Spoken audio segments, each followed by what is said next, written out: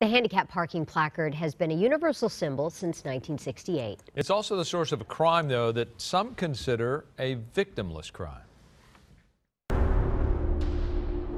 Mom, I'm going shopping. Fraudulently using a disabled parking placard that's not assigned to you is against the law.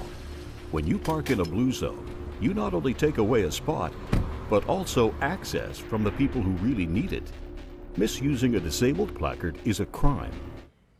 Joining us now is family law attorney Christopher Melcher. Good morning. Good morning. All of us, I think, have seen it. You go to a grocery store, to the mall, and you see someone park in a spot, and you get upset because you feel, are they abusing the placard? So how widespread is this type of fraud in our state? It's been estimated 1 in 10 may be misusing those placards. There was a study in 2016 that over 26,000 people over the age of 100 had been issued a placard, but we only had 8,000 people in the state of that age. So the DMV has gone and revoked those bogus placards, but it still continues. That desire to park in those spaces is just so enticing to people. If they're being issued to people who don't deserve them in a small percentage of cases, how does one legally get it, and how are they able to get it? So we need a medical certificate showing that there's impaired mobility or sight problems that would warrant that special parking spot. I see. They always seem to be full, the blue spaces. Is that because parking lots aren't providing enough of them?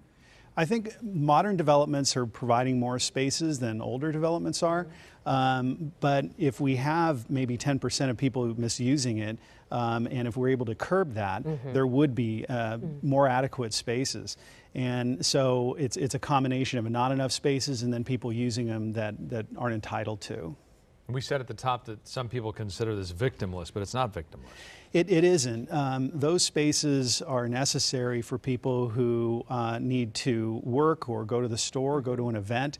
They need extra space to offload a wheelchair. And also it puts them at risk if they're slow to walk or can't see well and they have to cross a parking lot. They have a caregiver with them also. So we're putting people at risk when they can't use that preferred spot. And you'll see on the sign the fine is several $100s, I believe, and it's posted right there in most cases. What are the fines, and do people just think they're not going to get caught? I think so, and it is a crime. It's a misdemeanor citation, so if somebody does get caught, that's a $1,000 fine potentially, and they'd have to go to court, hire a lawyer. There'd be a mark against their record. DMV is really going and ramping up enforcement efforts right now. They're doing 2 sting operations per month across the state. They've issued 800 citations in the last 6 months, and so they're really trying to get the word out there that this is some very serious consequences if people get caught.